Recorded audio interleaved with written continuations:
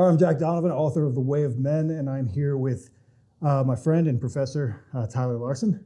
How are you? And we're going to talk about grappling and life and leadership and gratefulness and all kinds of other stuff. But with all the AI stuff that's out there right now, I think people want something that's authentic. And I thought to myself, I'm like, what is more authentic than me actually talking about jiu-jitsu with the guy who teaches me jiu-jitsu?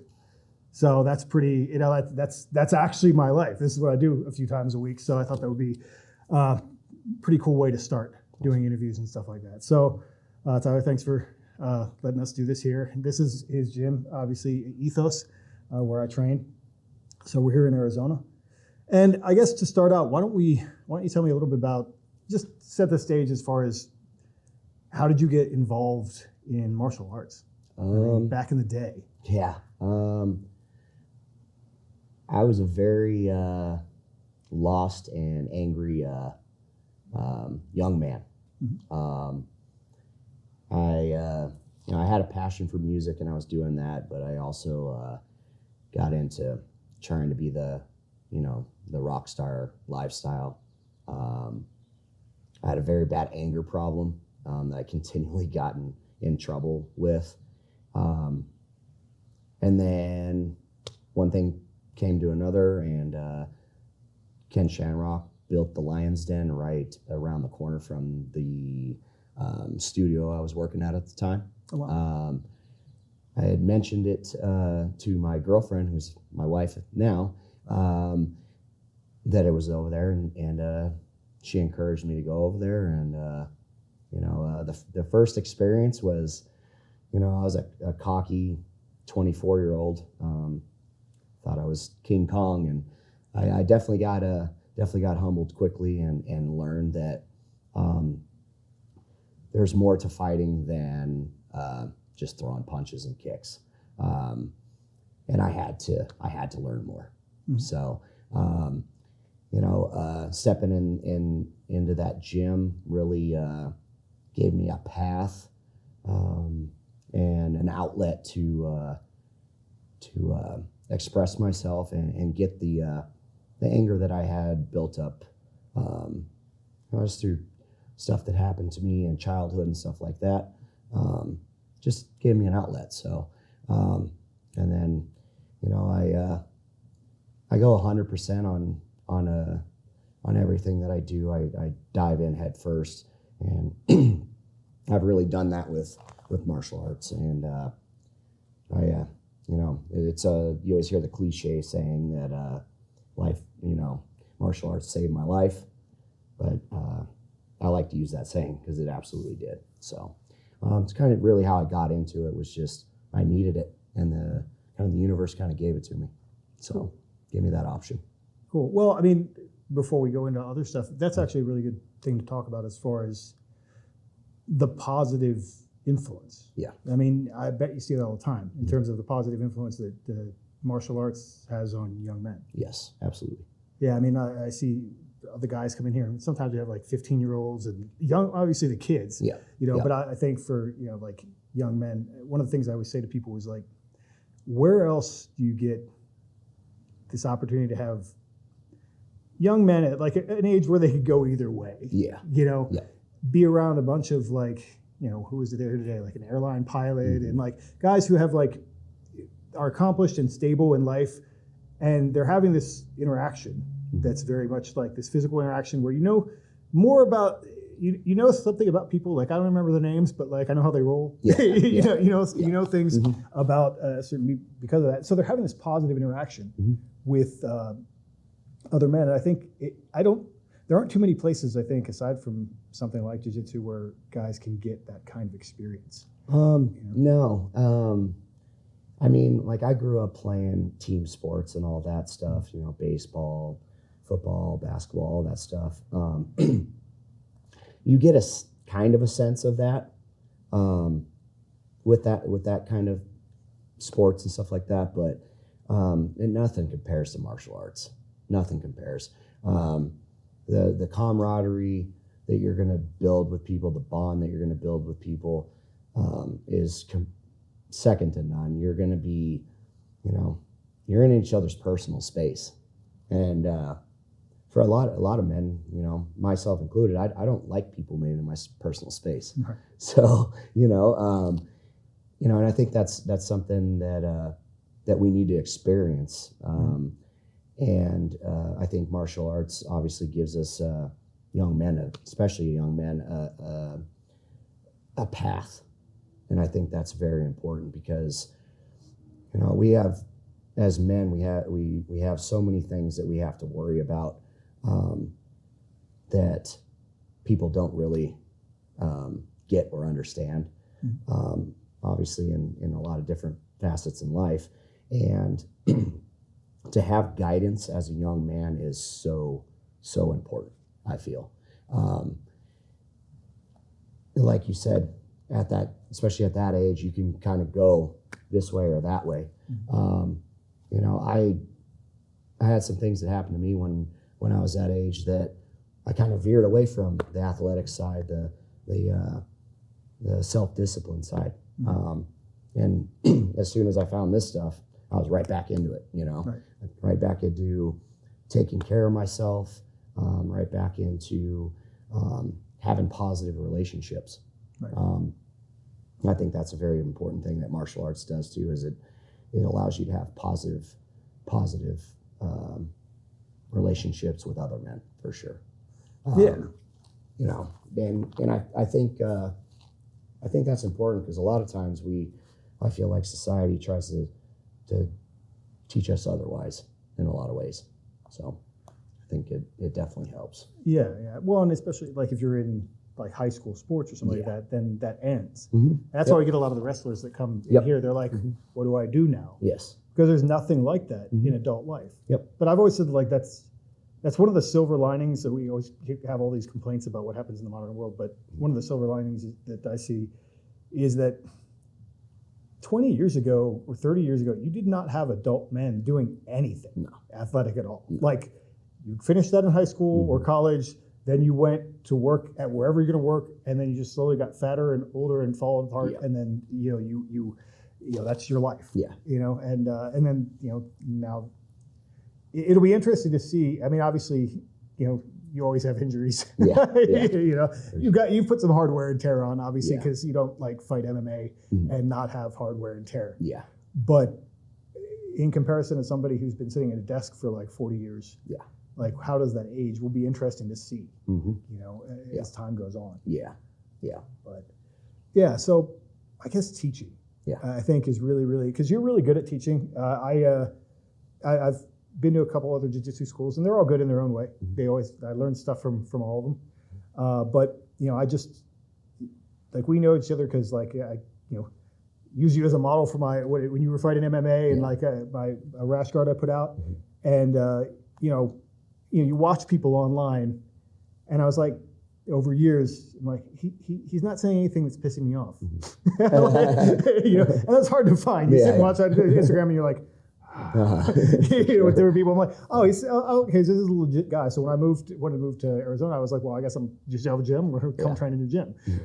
So it was a good place to go. But one thing obviously I didn't know, I mean, I just knew you were a cool guy. I was like, I'll go to his gym rather than some like question mark, For sure. And, but I just think you're a really, really good teacher. And it's been really like to watch the way you pay attention to every single person all the time. I guess my question would be, what is that like? It's pretty amazing that you're keeping, because you're developing a relationship with all these different guys, and there's girls obviously too. Your wife just like started training recently, and that's why my throat sounds like this right now. I told him, I was like chokes. Yeah, he taught her to do this great choke, and then she executed it really well. I'm like, you know that you just taught your wife how to kill you in your sleep, right? Was that a good idea? Right. But it's so interesting to like, how do you manage different people's games? Because you're trying to make them the best that they're going to be, and there's so many different kinds of games. You're not like, because some coaches would be like, we teach this game, right here, and this is all we do. And I could definitely see you walking around like, that's going to be good for him, and that's going to be good for him. That's going to be good for him. I mean, honestly, I think the root of it comes from I've never been one to be like told what to do. Same. In a way, it's helped me and it's hurt me in ways. Right. But I take that philosophy with my teaching. I try to remember that, we're not all the same. We're similar. But especially combat sports, it's an expression of that person as a whole. Their ability to just the way they move their body, their rhythm, their the way they think about things. I want to nurture that. I don't want to say, hey, what you're doing is wrong. Okay. Obviously, if they're doing a technique and it's not correct, I'm going to show them the correct way to execute the technique. But if they're using something to set it up that I don't do, I'm not going to discourage them from doing that. If it works, it works. And I think that's the beautiful thing about martial arts is it gives everybody their own unique just voice and style, and it's their game. It's solely their game. You know what I mean? Yeah. I can teach people the stuff that I like to do, but what it comes down to is ultimately, to me, is the fundamentals of everything, and building your style off of that. I really think that martial arts is a free thought type of thing where it's a constant lesson learning process where you do this works, you keep doing it until it doesn't work, and then you have to adapt to it. So I just really have always kind of kept that philosophy with my teaching, that I want people to really just be themselves and excel at what they do. You know what I mean? If you're good at triangles, I'm not gonna tell you to get on top and search for other submissions. If you're good at triangles, keep going. You know what I mean? If it works, it works. You know what I mean? And I try to just nurture that as much as I can. So it is a challenge to kind of manage everybody because we have so many people here. But when it comes to this stuff, I have a really good memory. Yeah, other things, other things not so much. It's probably because my brain this is all I think about. Right. My brain's devoted to this. I have this, my family, and I think about those two things. And then just helping people and sharing martial arts as it helped me. Right. I want everybody to enjoy that and learn that there is a way to change yourself for the positive with it. So that's mainly the thing I'm trying to do. Yeah. I mean, there's the physical improvement. I think that people who have never taken martial arts don't really understand how creative it is at some point. Mm-hmm. Not at the beginning, really, because you're just trying to figure out. Yeah. But it is I wonder what I could do with this. Yeah. Trying to and you're like you said, you're going to string it together in your own way. Mm-hmm. Because your body type and all this kind of stuff is different things are going to work for different people. Exactly. I mean, that's when it becomes fun. I think more than and that's when I try to sell it to people. Because I said jiu-jitsu is kind of like CrossFit, and the people who do it, then they don't stop talking about it. Yeah. It's they sell it to everybody, but sure. But I that's one of I'm now that guy. Yeah. And that's one of the reasons is because I've been lifting for 15 or 20 years, right? Mm-hmm. And it is the most boring shit. Yeah. It's so boring. I get excited about it if you're going for a number or a look or something, you have a goal. Yeah. But the day in and day out of it is like doing laundry. Yeah. It's not that exciting anymore. I mean, it's so exciting when you start. Yeah. I watch guys start, and I'm sure you get this. Mm-hmm. And that's kind of a pleasure of being a little more advanced in anything, I think, is like you see young guys start it and then you get to like see the excitement of that. Yeah.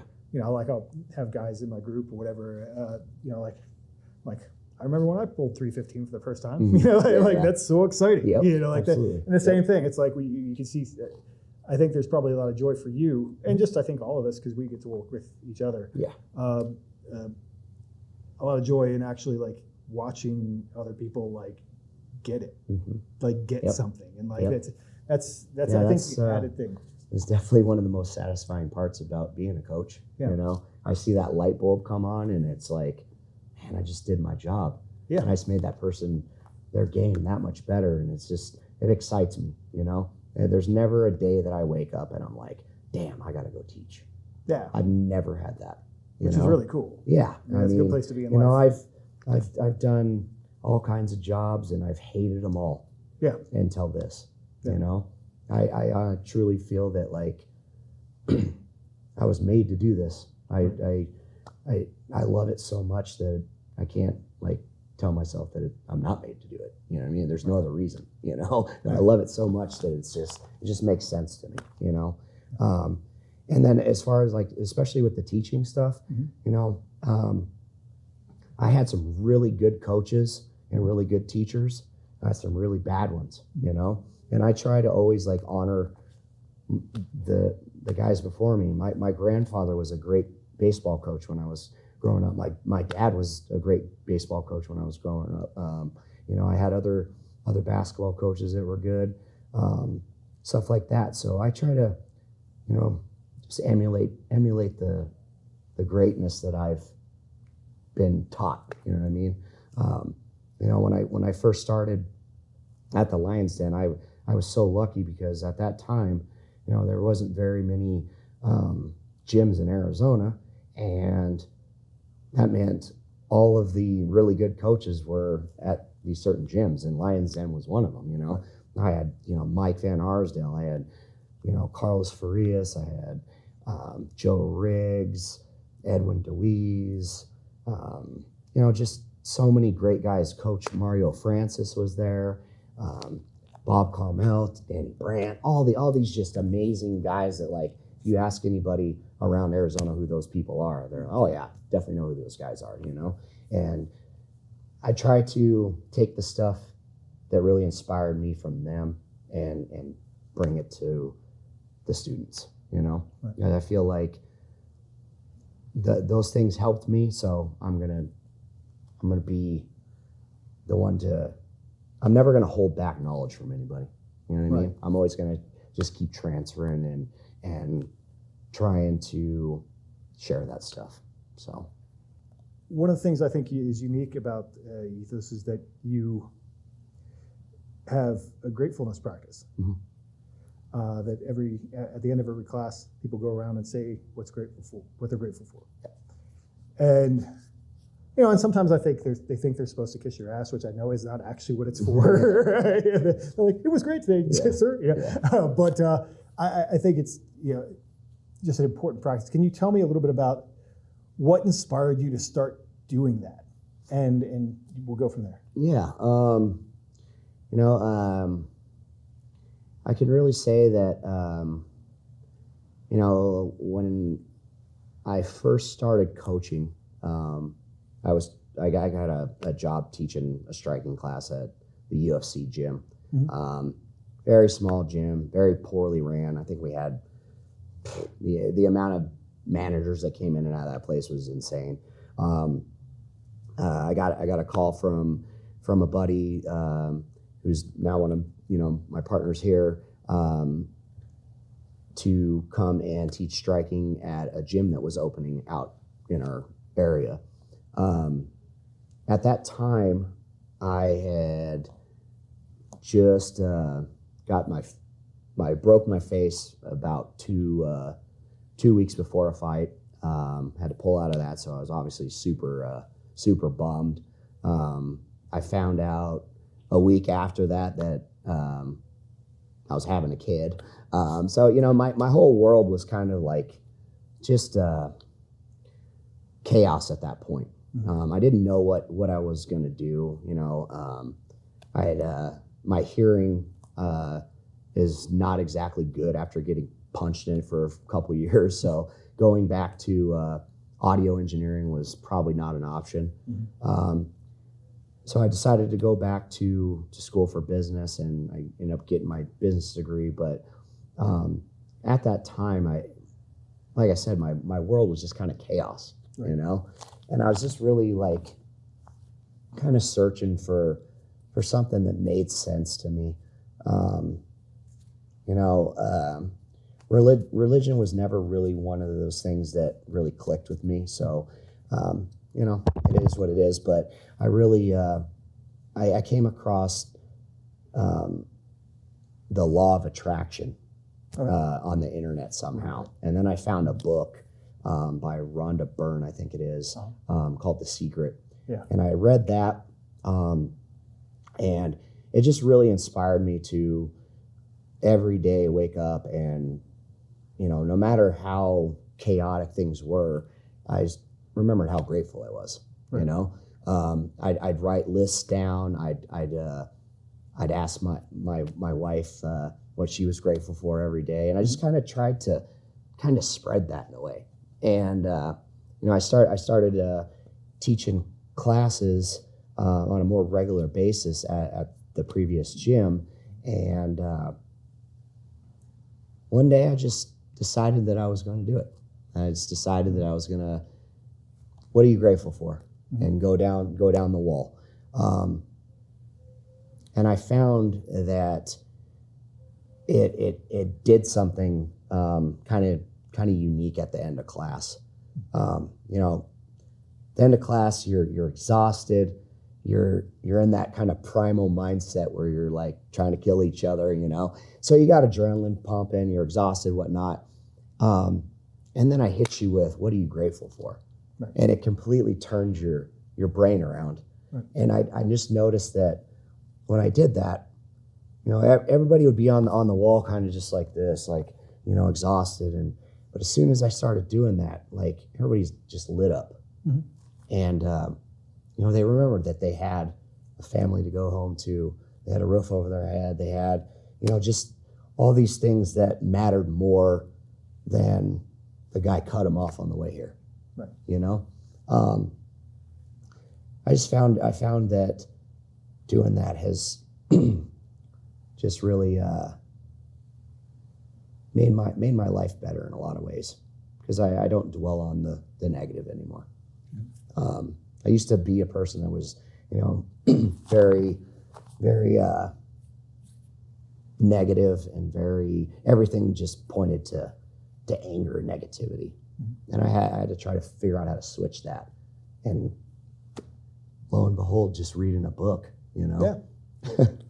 Here we are doing that every day. And it's been a practice at this gym, 7 years. We were at the previous gym for about 2 years. So, it's almost been a decade of doing it. So, wow. And I'll never stop doing it. Nice. It's there's all these things about that men never talk about anything, or like they never say what they're thinking about or whatever. And it's all about context, actually. Yeah. It's like when they actually talk. The men sometimes will not stop fucking talking. Yep. I see every time, and I do it too. Well, like as we file out of classes, you're like, I would like to go home now. Yeah. And everybody's like just talking to you. Hey, we're talking to each other and whatever. And that's, I think. I love that though. I love that part. Well, that's the thing, but it's very social. Mm-hmm. Like that's the thing different between, like, you can go to the gym and everybody has their headphones on and no one talks to anyone. Yeah. Except unless you're in a very specific kind of gym that's like really cool. Yeah. But like most Globo gym, you're just going to go and like not talk to anybody. Yeah. But because martial arts, as someone said to me before I really started it, I'm like, that sounds gross. As you're sweating into each other's eyes, you can't not be somewhat social. Yes. And you have to. There's so much communication that has to happen. Yeah. Because one of the things that I think is really good about it, we're truly trying not to hurt each other, but also be a little mean. Yeah. It's like this balance of like being as mean as you need to be to like make it so that it hurts in the right way. Yes. But like without actually like, we don't want anyone to go to the hospital. Yes. And that's a cool balance. But in order to do that, you have to communicate, because you have to be like, are you injured? Like, Absolutely. don't rip this part of my arm that just got fixed out. Yeah. You know, like, Yeah. and we have a lot of people that actually like really take care of each other in terms of like, okay, well, I'll try to break your other arm. Yeah. You know, that's what we'll do. Yeah. And it works out really well. And I think that there's a lot of, it makes it very social. Yeah. And it makes it very, very fun. Yeah. And one of the things that, like, this is why I wanted to do this, like, set up like this, is it's very ancient. Yeah. You know, especially like when I went to Greece and I went to where, you know, Plato, to the academy. I mean, that was, it's called the Palestra. It's like wherever the guys wrestled. And then they were boxing and wrestling until like one of them like got knocked out or went down. It was brutal. Right. You know, but somehow this is also the place where a bunch of guys started talking about philosophy that we still talk about today. And I feel that happens at like open mats and stuff like that. We'll be sitting here and like, you know, like Big John will be like, "Hey, Chuck, what do you think about this?" You know, and then we'll talk about it for a while, and we do that with a lot of different guys who are in here. You know, like what's going on in the world, and you know, it can get very philosophical. And I think that's really cool. That's this thing that men have been doing for a really, really long time. Like, let's wrestle, try to kill each other for a little bit, and then talk about philosophy. Yeah, absolutely. That's a really cool thing. It's a really cool thing that's happening. And like I said, I don't think that was happening 30 years ago. No. You know, so it's we're returning to some kind of ancient practice. Yes. In that, which is really, really cool. And the other thing that I like the gratefulness practice in the terms of communication is that when I was doing rituals and so forth, and actually in the ones that I do now, I just changed it a little bit. They used, in the Germanic pagan stuff, they used to have something called Sumbl, and it's one of the things that I kept. You know, I got rid of the stuff I didn't like. I kept the stuff I did. And what it is basically, you know, when they did it was like a toast, boast, and an oath. Or like after the ritual happened, everybody would go around the circle and say something important. Yeah. And it's very much like, so it has the kind of Sumbl energy, the gratefulness thing, is because people will be like guys who you don't think will say anything will all of a sudden come out with like some heavy shit. Yeah. You know, like, oh, okay. Like I gave you a chance to talk and you took it seriously. Yeah. And so we have guys that like 3/4 of the time I'll be like, good rolls. You know, I got nothing to say today. Right. And then someone will be like, oh, like someone in my family has cancer, or like, you know, like something that's really, really, really heavy. Yeah. And people were there for both of it. Yeah. And which I think is really, really cool. Yeah. And that where else in life do they get to do that except for in some weird like social media way where they're now like kind of like vomiting it up for strangers on the internet. Yeah. Which is it's different. Yeah. You know, whereas like if you're just in a room full of guys and you're like, oh, hey, this thing is going on. I think it's a good practice. I like it a lot. Yeah. I've seen great things come from it. You know, and I think a lot of it has to do with, you know, especially with like dudes, like we don't get to like, you know, talk to people a lot outside of stuff like this, you know. And ultimately, I feel like that as human beings, like everybody tries to think like they got it all figured out. Right. But in reality, none of us have it figured out. And we come to spaces like this and we can talk about that kind of stuff and, you know, and give advice and help each other. And, you know, like it's just a beautiful thing that happens when you combine that kind of stuff. Yeah. You know what I mean? You know, you're going to exhaust yourself trying to kill each other, and then you're going to talk, man, my kid's doing this, and how did you deal with this? You know, like, you know, I can. There's a lot of that. Yeah, you know, it's cool because we get to, you know, you have a community where you get to bounce that kind of stuff off of each other and just find different ways to solve life's little challenges that we have, you know. So, one of the other things that you said recently that, because a big part of what you do, because you're not just teaching in here every day, is that you're taking pretty young men generally to fights. Yeah. Guys who actually want to fight MMA. I mean, Yeah. you're coaching like your jiu-jitsu tournaments and stuff like that all the time. Like your weekend, you have something going on like every weekend. Yeah. Pretty much. Pretty much. Like that's what you do. Yeah. Yeah. And I think that's you have a lot of managing of like men's emotions. Yeah. Because I mean that's an emotional thing. Some dude gets whatever like whether he wins or loses. Yeah. I mean that's a lot going on. And one of the things you said I think today was you have to carry a lot of people's energy. Like you have to obviously you have all these people with all their individual dramas. Yeah. And whether you have, one guy who's going to fight in 2 weeks, one guy who just fought, one guy who's going to fight in a month, all these guys and their energies and their personalities. And you said it's heavy. And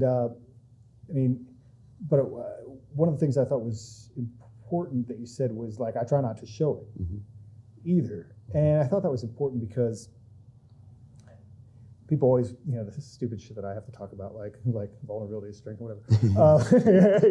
Like stupid, like you should tell your feelings and say how you're feeling all the time. And no, that's not good because that's like, I say if dad's scared, then everybody's scared.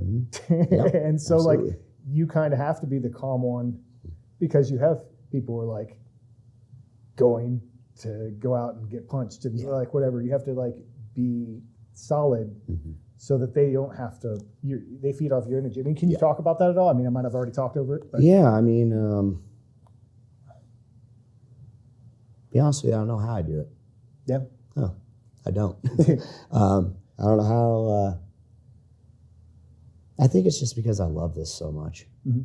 I really think that's what it is. I have just a deep passion for it.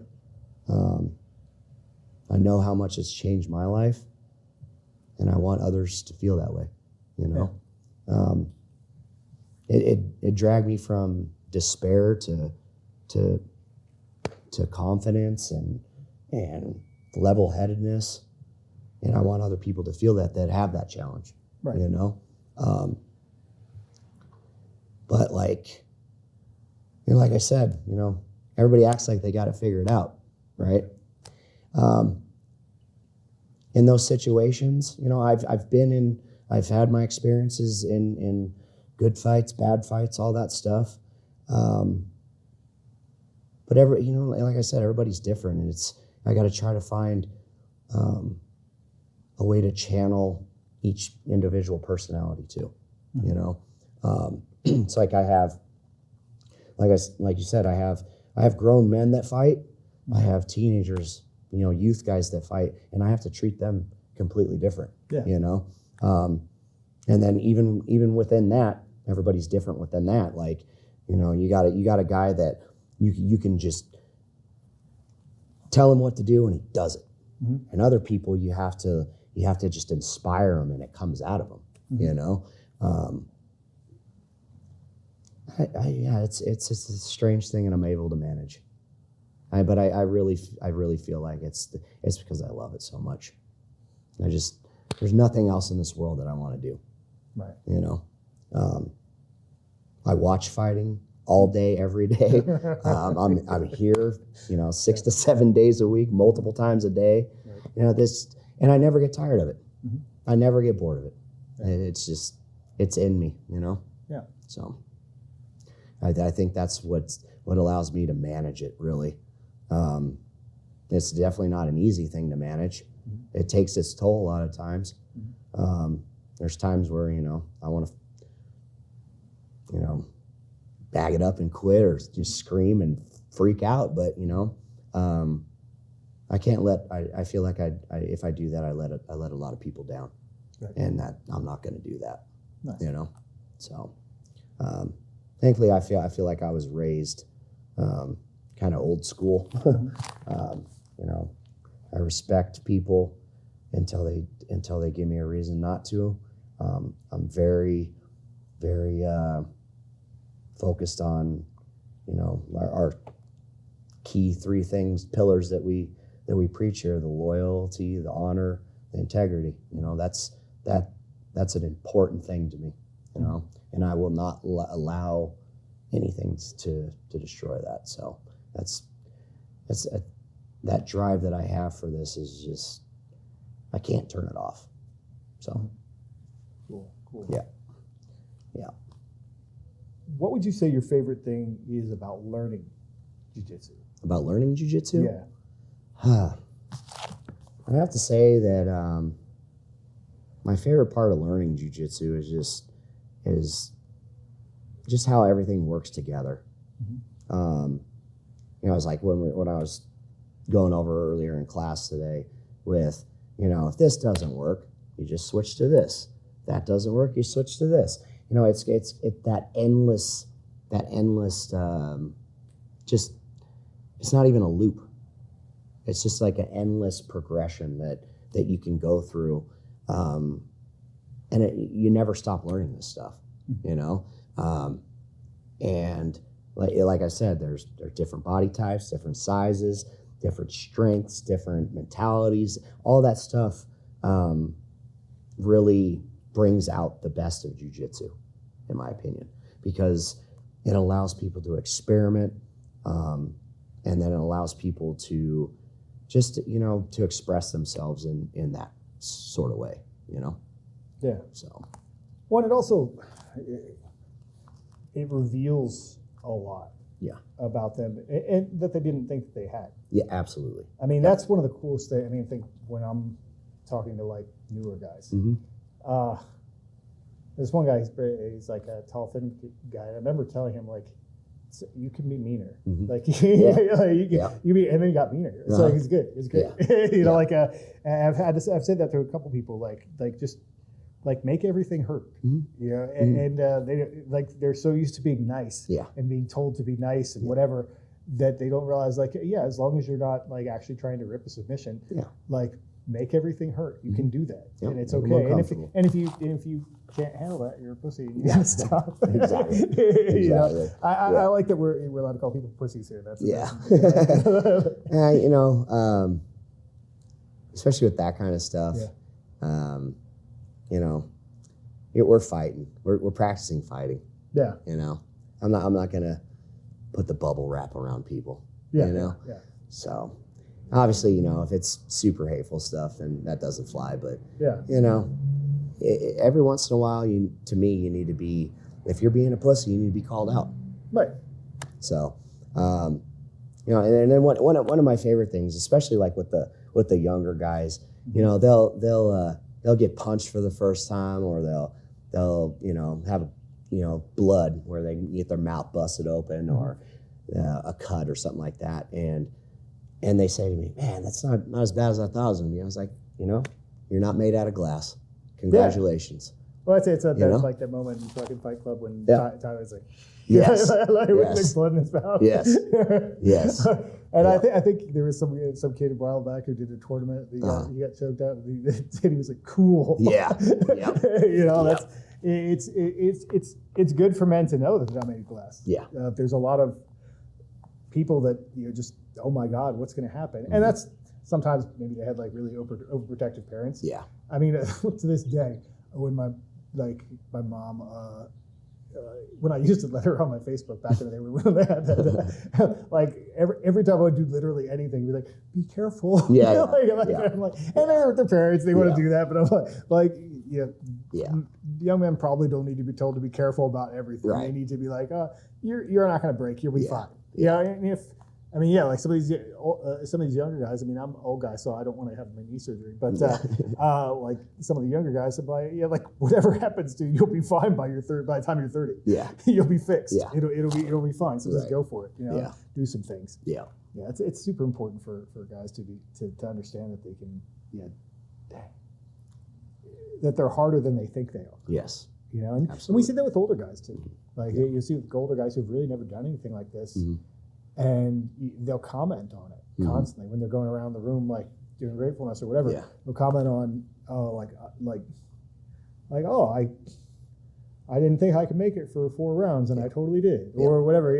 They're going through. Everybody's at a different level, at a different starting place, and so you have all these people who are like saying, like, wow, I did something more than I thought I could do. Yeah. And that's again, that's really good to see. Mm-hmm. You know, in anybody, that's really like, you know, a nice thing to see. That anybody like coming through that to the next level. No, they're growing. You know, they're growing as people. You know, and I thought that's ultimately that's really what I'm in the business of. Yeah. You know, it's just helping people realize that, you know, they can achieve more than they really think. You know, jiu-jitsu is very hard, striking is very hard, and it's gonna show you, you know, that there's levels to things, and you know, if you want certain things, you're gonna have to work hard for them. You know, and we you know, obviously here we preach a lot of, you know, it's about the work that you put in. It's the hard work. You know, the hard work can't be taken from you. Right. You know, you can win, you know, tons of things, and it is what it is. But as soon as you lose, you know, you think that everything is, you know, it's the end of the world. Right. But I always tell my guys, no matter win or loss, those training camps that you go through, or that hard work that you put in to try to achieve that goal, is worth more than the actual win. You know, the whole time you're in that camp, you're going to be doing everything necessary to be the best person you are. You know, you're going to be reading good things, you're going to be eating good things, you're going to be recovering properly, you're going to be doing everything that, you know, in all reality, you probably should be doing. You know what I mean? To be the best, your best self. You know, so I don't know. I think it's a great way to show people that, you know, and like you said, show them that they're you know, that they might break, but you know, you can rebuild, you can keep going. I don't know. It's just it's a great thing that martial arts does for people. It just really shows people that they're not as weak as our society tries to tell you. Yeah. You know? Yeah. So. Yeah. We've seen it with a couple of the younger fighters, because I've been around, you know, for a few years now. Yeah. And you see some of the guys who, like, you were like, that version of himself, no matter what he does after this, the version of himself that was like 16 or 18 and actually went out and won an MMA fight, that's changed. That's going to change his whole life. Yeah. And the way he sees himself. And like, so much of the way you interact with the world is how you see yourself. And then it's also how other people respond to you. Yeah. And those two things, there's some synergy to that too, because the way you carry yourself and the way you know, versus being like, you know, if you're all like kind of apologetic and down, or whether you're confident and you feel like, oh, I can do some things. People respond to you differently. And so there's this give and take with that back and forth. So when people have that learning curve and they get that experience of actually being able to do something and come through that, you know, they're going to carry that with them. Yeah, it's injecting confidence into them. Yeah. You know? Absolutely. I think a lot of people are told a lot of times not to be confident. Yep. You know? And then you see the people that are told to be confident and they do it. Yeah. And they're the outliers, you know? Yeah. They're the ones that are doing things and making things happen, you know? Yeah. That's in everybody, you know? You just need to have somebody there to, you know, show you that path, or you need to make that step yourself, you know? And obviously that's easier said than done at times, but you know, in my opinion, the quickest way to better yourself is going to be doing something like this. Yeah. Hands down. Yeah, yeah. I mean, I always say that, you know, there's this experience that you have in, you know, jiu-jitsu, and probably even more so in striking. I don't do as much of that anymore, but there's where you're probably going to lose anyway. Yeah. And you're like, where you have to make the decision about, I think in some guys' mind, there's two different kinds of people, I guess, who roll. Like, there's people who think, if I lose, I'm technically dead. Yeah. Yeah. Like, they've technically killed me. Like, this is how this works. And for men to have to fight through that mental space a few times a week Mhm. is very different Yeah. than like the rest of the world's experience. Yes. You know, like I have to fight through, I can't have this guy who's like outweighs me by like 40 or 50 pounds on top of me. Yeah. And I really want this to end and I Yes. can't really breathe. Yes. And like, but I'm not giving him that tap. Yeah. Right. You know, like, Right. no, not Yeah. today. Yeah. You know, and it's so good for men to have that experience. Yeah. And this is one of the only ways that they can get it. Mhm. Now, what do you think? Are there different things that people you think learn from striking versus jiu-jitsu, or different like dynamics that you see? Yeah. So obviously with jiu-jitsu, you can really go 100% every time you train. Right. That's a luxury of jiu-jitsu. In striking, you can't do that. Right. You know, if you do that, you're gonna, you know, there's severe consequences for that. You know, so it's just a different mentality. Mhm. You know, it's kind of like what we were discussing earlier with the, you know, a lot of jiu-jitsu guys, you know, calling their matches fights and stuff, and it's like until you've either done mixed martial arts or had to use your jiu-jitsu in a street situation, or you're a coach, or until you've seen that the actual violence of striking up close and personal, you just don't get it. Right. You know, with jiu-jitsu, you know, you can tap. You're not tapping from a punch. You know, you're not Right. tapping from a shin to the head. Right. You know, or a knee to the liver. You're not tapping from that stuff. Those are things that are legitimately hurting you. You know what I mean? Jiu-jitsu, you know, I absolutely love jiu-jitsu. It's a beautiful art. It can, you know, it could stop fights and all that, but you know, it's obviously not the be all end all. You Right. know, it's just there's different mentalities with that kind of stuff, and I think a lot of people try to. You know, everybody wants to be cool, you know, and say I'm fighting in this and that. You hear a lot of guys, you know, going to a tournament. I got 5 fights this weekend. I'm like, no, you don't, dude. No, you don't. If you had 5 fights, you're not going to happen, right? Yeah. You can have 5 jiu-jitsu matches, and you'll probably walk away, you know, a little sore. Yeah. You know, unless you're stupid and don't tap. Right. You know. Yeah. So jiu-jitsu has that luxury of being able to do that. Mm-hmm. You know, in striking and mixed martial arts kind of stuff like that, you don't have those way outs. You Right. know, you can't do this. You Right. know, Yeah. so I don't know. That kind of irks me a little bit when people say that kind of stuff. Mm-hmm. But you know, what am I gonna do? Jiu-jitsu culture is funny. Yeah. You know, it is. It's it can be funny. It's a goofy culture. It's cool in the way that it's very positive a lot of times. Yeah. I mean, that's what I've told guys, you know, when they ask me if they should do MMA or jiu-jitsu, I'm like, well, how old are you? Mm-hmm. You know, basically, like, Yeah. maybe if you're 50, you don't probably start MMA. You know, like, but if you were 22, yes, do MMA first. Yes. Yeah, Yes. like definitely. Right. But jiu-jitsu, generally speaking, like the worldwide culture of it, like you would go to another country where you don't speak the language. Yeah. And do jiu-jitsu, and everybody would be cool. Yeah, that's It'll be the same. definitely a cool side of it. Yeah. You know, it's just like anything. Everything has its really cool stuff, and then it's got its, you know, negative nonsense. Right. So Yeah, it's all kind of bullshit. But ultimately, you know, I try to, especially as a coach, I try to. I don't really pay attention to jiu-jitsu culture at all. I try not to pay attention to the cultures of the arts because it ultimately really doesn't matter, right? Mm-hmm. I try to. My whole thing is just trying to teach people to be as efficient as possible. Mm-hmm. You know, if the whole thing with fighting is you want to do the damage and not have the damage done to you.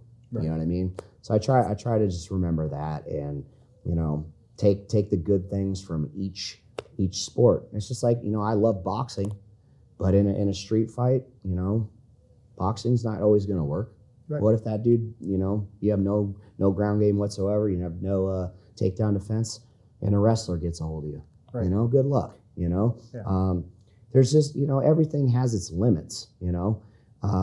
That's why I'm always trying to, if you really want to see what fighting's all about, it's go do a couple of our mixed martial arts classes. Put it all together and see how complicated it is. Yeah. And see how brutal it really is. Yeah. It's not. I always try to tell my students that it's not a game of basketball. Yeah.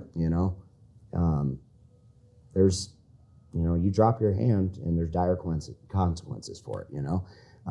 So I always just try to make sure that I bring forth the positive side of the cultures and try to make sure that my students aren't just trying to learn everything off of Instagram. Right. So that's what I really want, is just everybody to use the whole reason most people walk into this gym is to defend themselves. If they ultimately needed it, to defend themselves. So, there's certain things that I'm not gonna, I'll teach them for sports stuff, but I always highlight, if this is a real fight, this is something you don't use. You know what I mean? Right. So I always try to, make sure that people just have a realistic look at it. Yeah. Because people can go either way with it, where they can go into the point where it's, what everybody makes fun of about jiu-jitsu, the whole like butt scooting, whatever, and then there's, people who maybe think that it's a little too close to self-defense, and there are a lot of ways that it's not. There's a lot, you wouldn't want to do a lot of those things. And that's why it's cool that a martial arts focused, like an MMA focused like gym, like this one, where there's a little bit less of the hang out and guard for like 20 minutes. Because in a real fight that is bad. Yes. And so it's cool that because I know that I'm playing a game.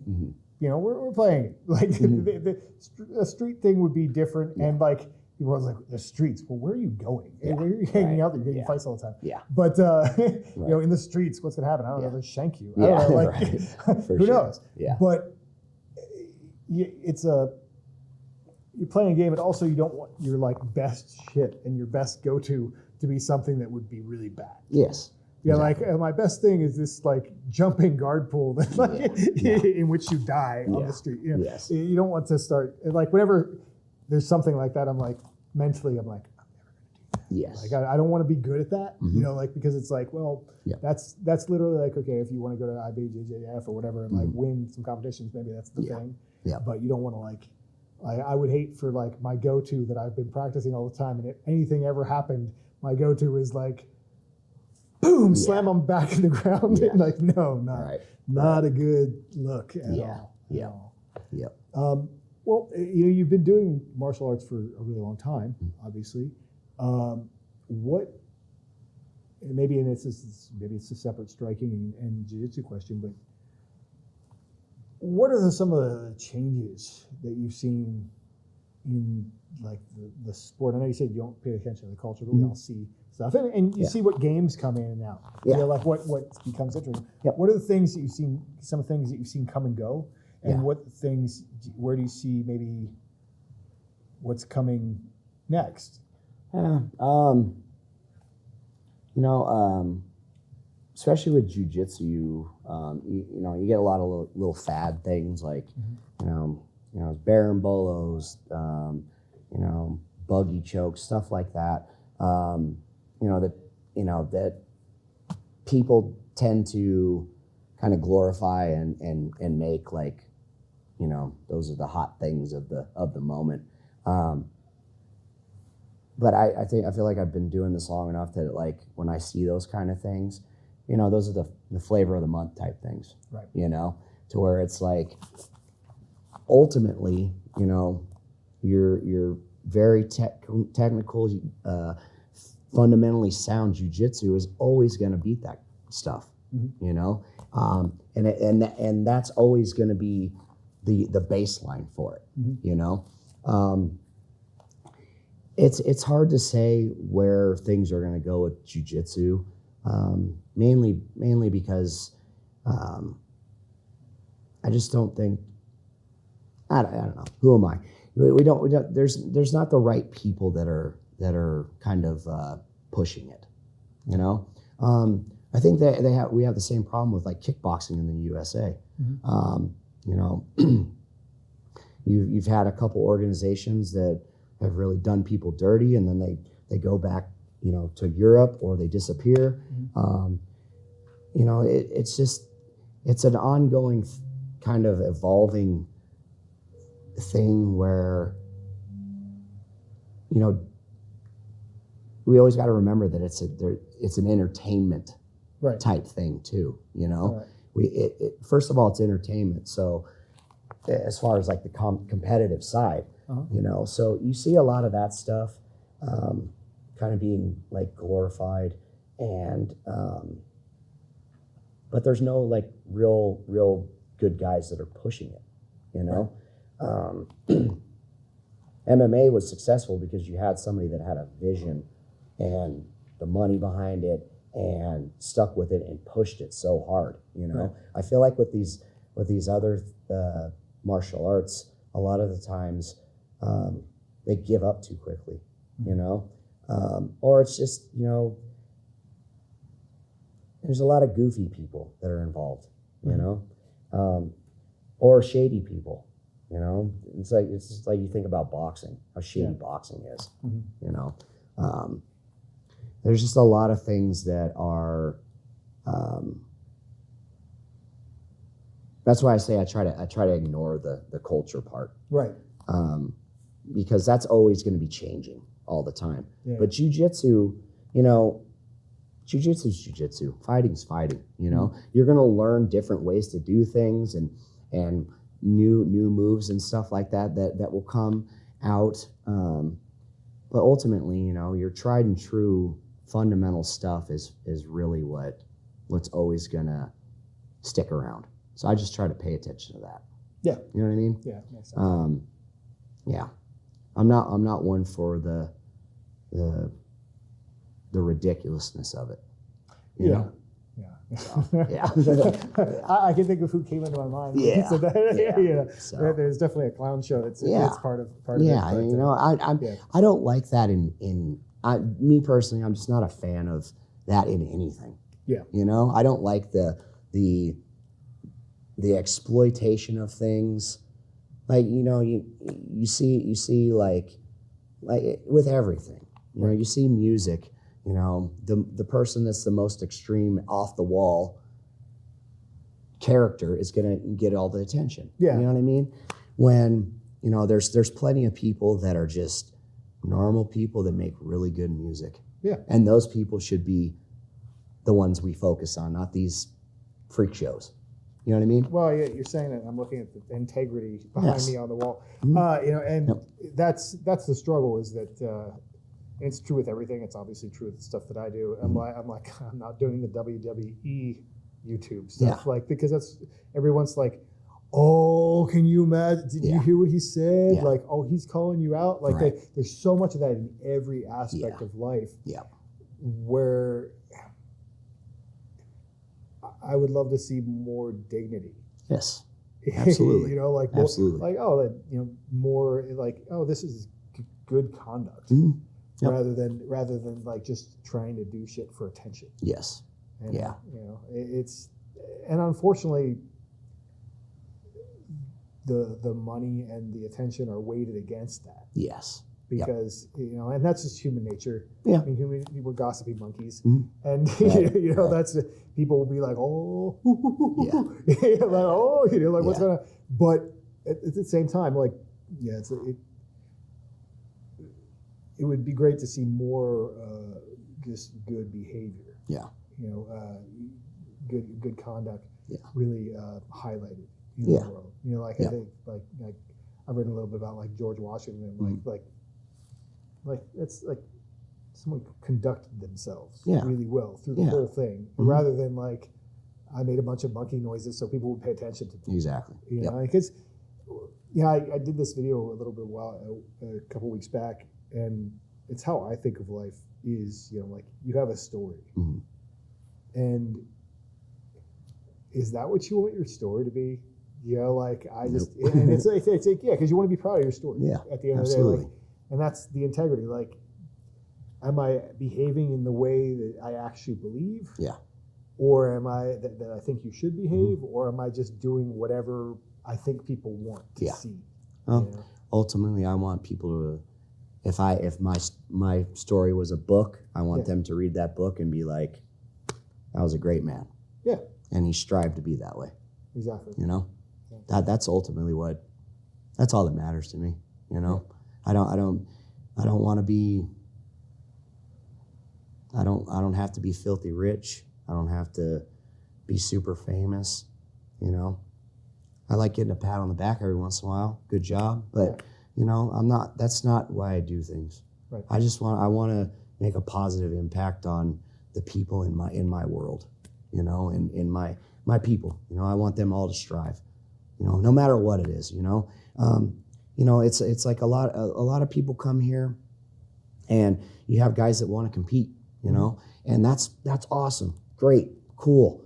I don't treat them any different than the guy that comes in here and just wants to get rid of the negativity that he's had throughout the day and just release. There's a lot of that. Yeah. That to me, that's more important for me. You know what I mean? Than them trying to go and win some belt or some medal.